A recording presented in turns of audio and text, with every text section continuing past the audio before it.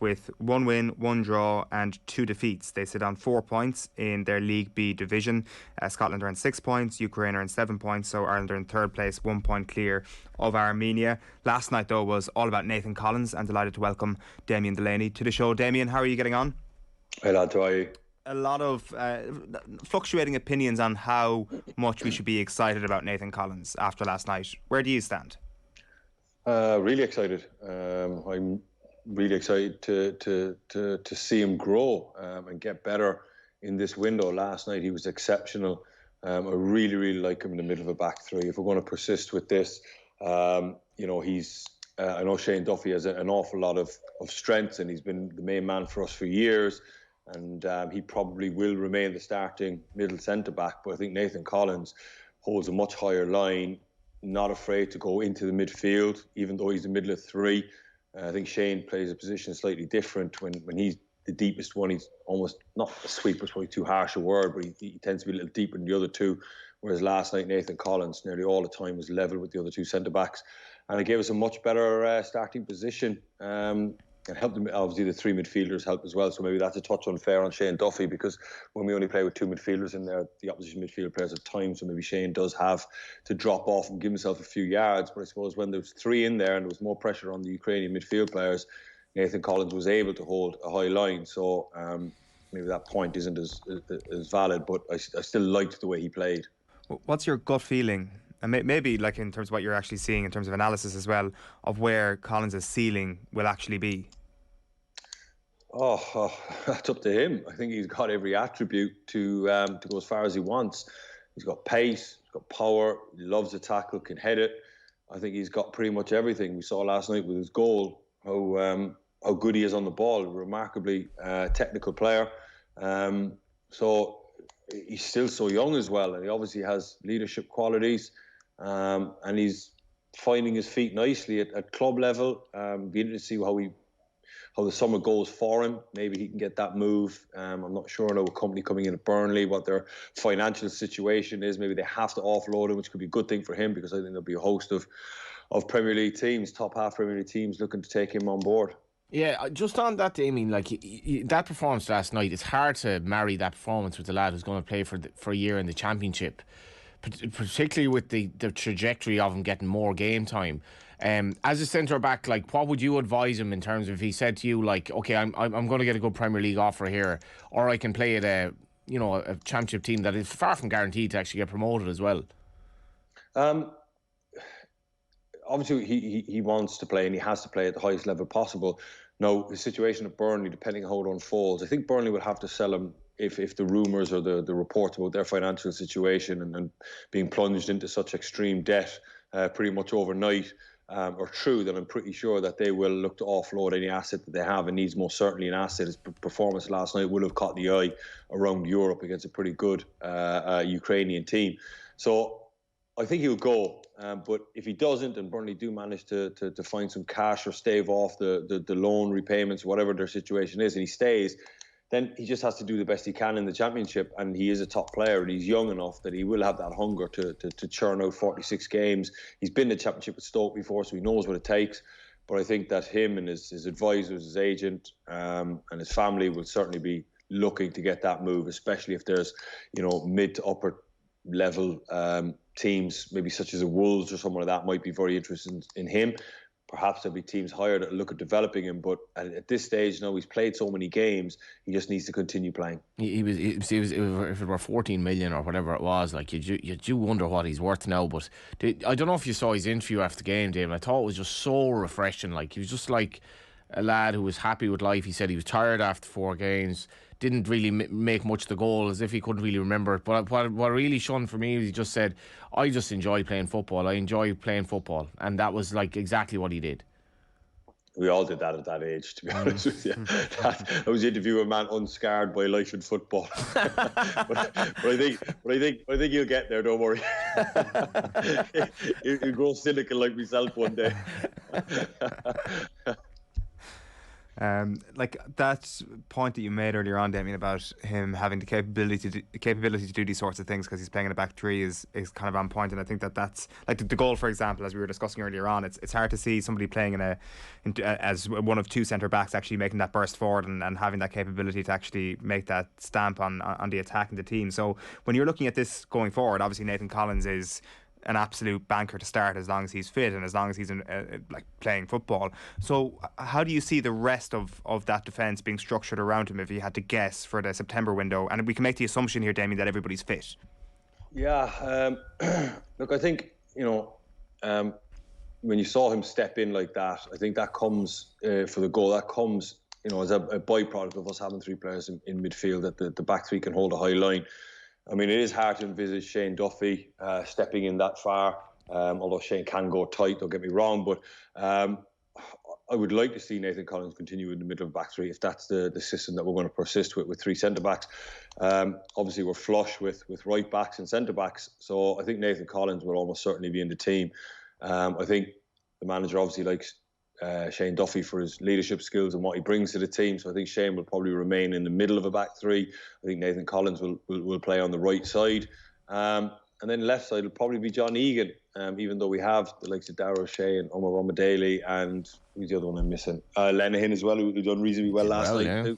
Yeah, so look, I think the back three will be that. But I think moving forward for Ireland, I think Nathan Collins, at being the young age that he is, I think could play in anything. And what I really like about him is I think he can play in a back two as well if we do revert to a back four, because he has that mobility and he has that pace, I suppose, to play in a back two. But look, the guy looks like he's capable of playing right back or probably playing number 6 as well. He looks that talented. So if you did need him to do a stint as a defensive midfielder, I'm pretty sure he could do that too. Is it the populist thing now, though, to say like Omar Ramadeli, were he to continue his progress, Darragh O'Shea, and obviously Collins, who has to start, and you're talking that Collins really should be playing the centre. Like, if we play Duffy, and I'm not sure Egan necessarily is good enough now to start if these players continue their trajectory, but the Duffy situation, we saw this Saturday demo, like if you have a player who's consistently prone to giving the ball away in such bad areas, like it's surely a problem for us when every team knows that they just like put traps out for Duffy and they will expose us. Yeah, that's a fair enough point, but I still think Shane has been pretty impeccable in an Irish jersey. Over the years, he's given great service. He's still such a big character, but I think his club situation will obviously need to iron itself out as well. Because if Nathan Collins is playing regularly, even in the Championship, a Burnley team that's at the top end of the league, and he's playing well, John Egan will be playing at Sheffield United, and obviously I think Darragh O'Shea at West Brom and Darragh Lenihan looks like he's sealed a big move to Middlesbrough, who they'll definitely be competing as well. And if Shane is in and out of the Brighton team, or he doesn't manage to get himself a move, then it could be awkward for Shane. But look, I think Shane and his experience will be such a big player for Ireland moving forward, both on and off the pitch. But these are nice decisions. I know that you're going to say that like they're difficult decisions, but believe me, managers pray for issues like this. Obviously, he's the one that has to make the decision and get it right, and he's the one that has informed certain players that they won't be playing because we've got 5-6 players that are capable of starting at centre back. The goal Ireland conceded last night came from Ukraine getting in down the left-hand side of Ireland's defence in behind McLean, and then obviously there were a number of chances down the right-hand side of Ireland's defence. So when you bring into account the question around Ireland's wing-backs at the moment and Ireland's system, how much do those moments last night give you cause for concern? Yeah, I think the goal last night just after half-time was just a result of getting caught cold. I think it was Colin tried to just read a ball slightly in front of Zinchenko and he spun off the back of him, and then it went into the big centre forward chest layoff. I wouldn't expect James McLean to be back level there. He's not playing left back, he's playing left wing back. That's why you play 3 centre backs, because otherwise you end up with a flat back 5 and it becomes very, very difficult. So I don't think there's any manager, especially when you're ahead in the game and you're doing reasonably well, would expect James McLean to be part of a flat back 5 there really and be alongside Darragh O'Shea. That's the point of playing 3 centre backs, is you can release the wing backs to be a threat on the opposite side. So look, we just got caught a little bit cold. I wouldn't read too much into it, but I do think there are flaws in the system overall. When you look at the Armenia game and the Ukraine game at home, And he's going to have to earn it out, because even though we reverted last night to we pressed it well at times, but also we had to drop back into a flat back five when they had good possession. And it became 5-3-2. I'm not sure that system is conducive to playing good football or to be able to retain the ball reasonably well, because your wing backs are going to get pinned in at times when the opposition have a lot of the ball. So it's something he's going to have to look at, because, as I said, the first 2 games did not go well. Am I sensing here that you think that a back four is very much a live prospect? That's just my personal preference. Yeah. If I was coaching, flat back four with 2 number 6s, we have Cullen and Malumbi, and then you can get a 10 in the pitch, and you can even invert your wingers. That's my own personal preference. I just think that we're caught really in an awkward place, and he's jumped from 3-4-3 to kind of a 3-4-2-1, and now we're playing 5-3-2. So I think he's still trying to figure out what's best. I really liked his version of the system when the opposite wide player tucked in on the number 6 to help out the midfield players. I thought that was quite nice, and I wouldn't be too disappointed if that was the system.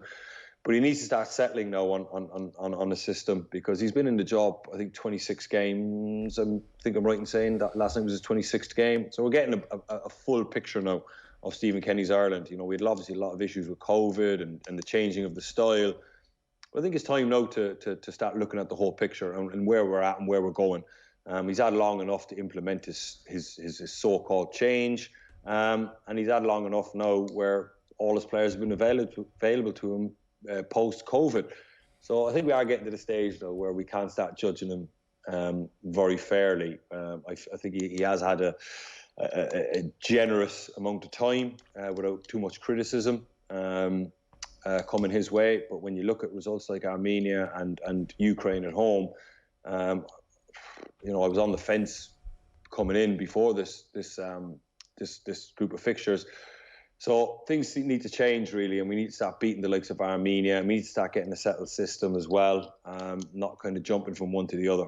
Do you not think though, I think, Hogan we basically 10 players in Hogan last night, and if you play Obafemi up top with Parrott last night, Parrott for me, I thought he just looked very good at times, and he's had a good window, particularly as the games go on. But if Obafemi's up there, Ukraine to me looked jittery at the back. I think we win that game.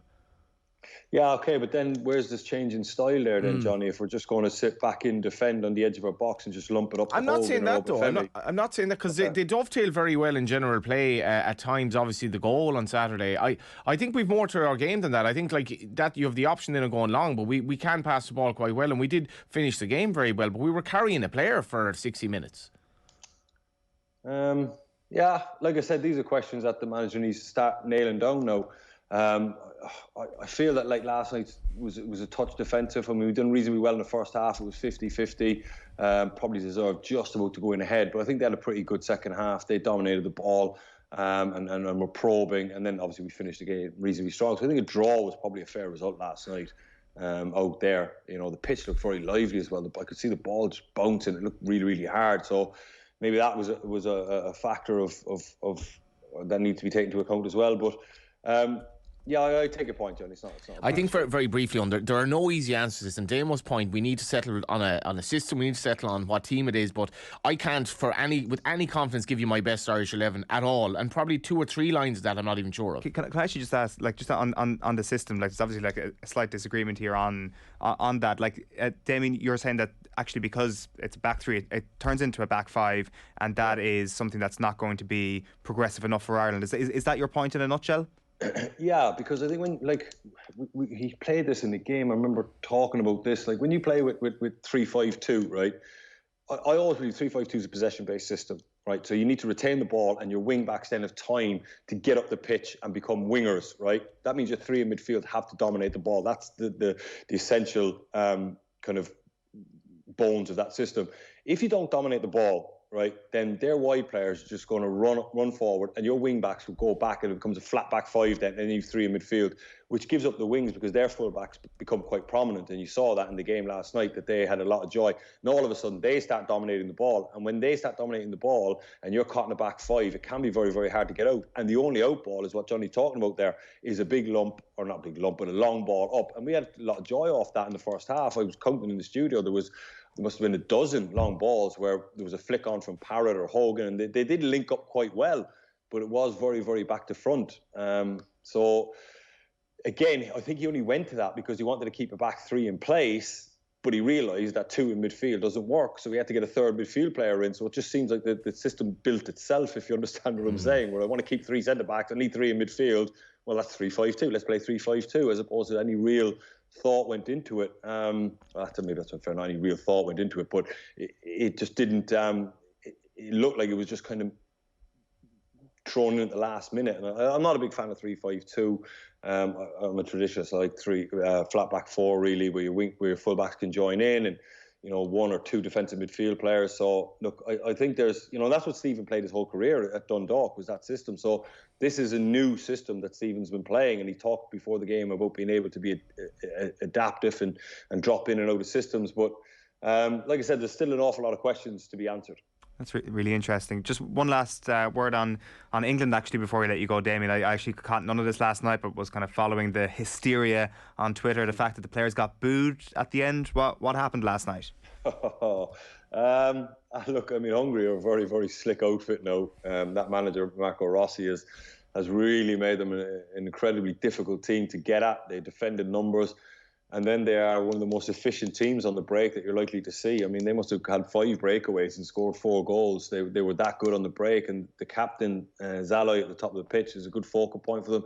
And then they've got some serious legs. In England, Gareth Southgate's interview afterwards kind of taking the blame for it. And he kind of said that he picked the wrong team, and that, he picked players that weren't ready. And you're kind of going, these are players that are playing every week in the Premier League. And that seemed like a bit of a cop-out to me, that, even England with 2 or 3 changes, because you look through the team, he wasn't playing under 18 internationals or under 21 internationals. These were guys who were playing week in, week out in the Premier League. Seasoned players. Even Conor Gallagher, probably the most inexperienced of the lot, had a very good full season at Crystal Palace. But, the likes of Kyle Walker, John Stones, Calvin Phillips, Harry Kane, there was enough experience in that team to beat the likes of Hungary, and enough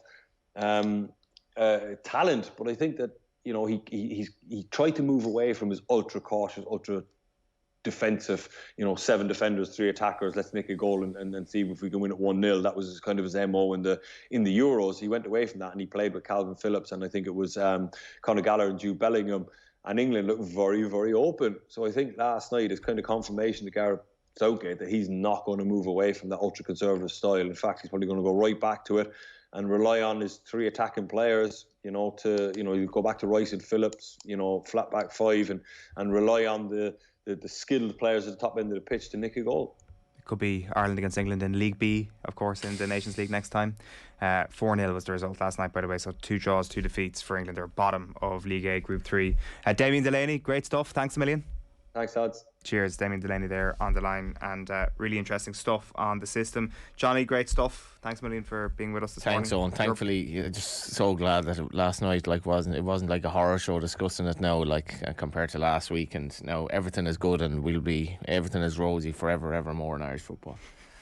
Until we lose our next game. Brought to you live each morning by Gillette Labs for an effortless finish to your day. More positively coming your way tomorrow from 7:30, because Johnny will be here alongside Sheahan. We'll also have former Ireland football and rugby internationals David Connolly and Keith Wood, and much more besides as well. Right now, though, we're leaving you with some of Vinnie Perth's reaction to last night's game. Enjoy.